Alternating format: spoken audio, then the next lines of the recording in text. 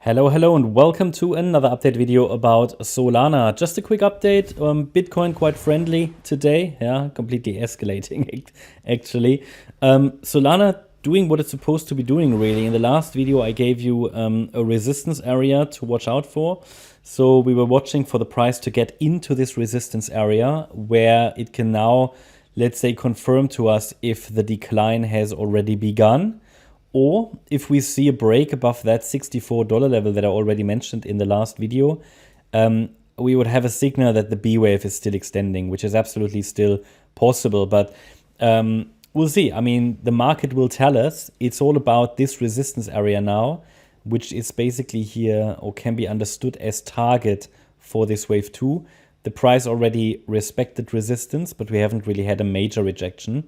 So resistance levels or FIB retracement levels really are at $62.18, $62.96, and $64.07. These are sort of the levels. To watch out for here. And yeah, a sustained break really above $64 will indicate that something more bullish is going on, because typically a wave 2 would not move beyond that 78.6 FIB level, right? It can do, but the invalidation point would then be $65.50.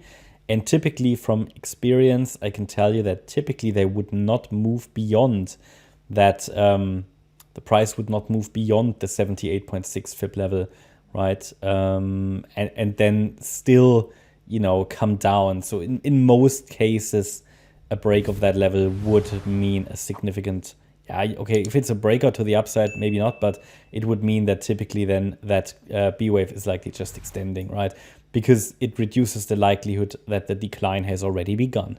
On the contrary, the decline here, which I've labeled as a potential 5-wave move in wave C, will be further confirmed if we now break below the low of that wave 1 at $59, pretty much at $59, yeah? And then we could start to talk about the third wave. But until I really have a defined top in place, I can't really give you a target for the third, especially as in this current correction, as we've established in previous videos, different structures are possible. Most importantly, it seems like we are still caught in this correction. The correction can take different shapes. So if we come down into this orange support area, it could provide potentially an entry point at the end of that 3-wave move ABC. Or if it becomes clearer that actually it's forming just a sideways triangle, then we can also add a setup to the chart to trade a triangle, okay? But at the moment, I haven't even got enough waves to really start to think about a triangle. Yeah, for a triangle, I need at least 3 waves. I really only have 2 legs here at the moment. I've got this A wave, the B wave. What I need now for a triangle is another higher low.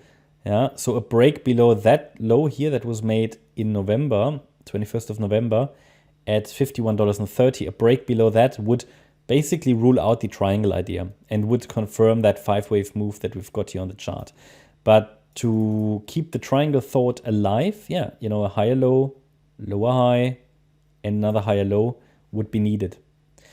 Yeah, what can I say? So at the moment, it's respecting our wave count. It retraced after we had identified 5 waves down. Resistance is still relevant. The parameters are clear. A break above $64 would indicate that we are back in this larger retracement area for the B wave and could then target, what do we have here? $68 pretty much, 73, and then all the way up to 76 even in a potential overshooting B wave scenario.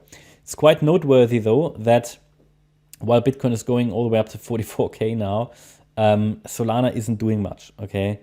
Solana isn't doing much, so that means maybe it's really waiting for Bitcoin to get a first pullback to then also correct down. On the flip side, what you need to understand is that now that Bitcoin has moved and is moving, and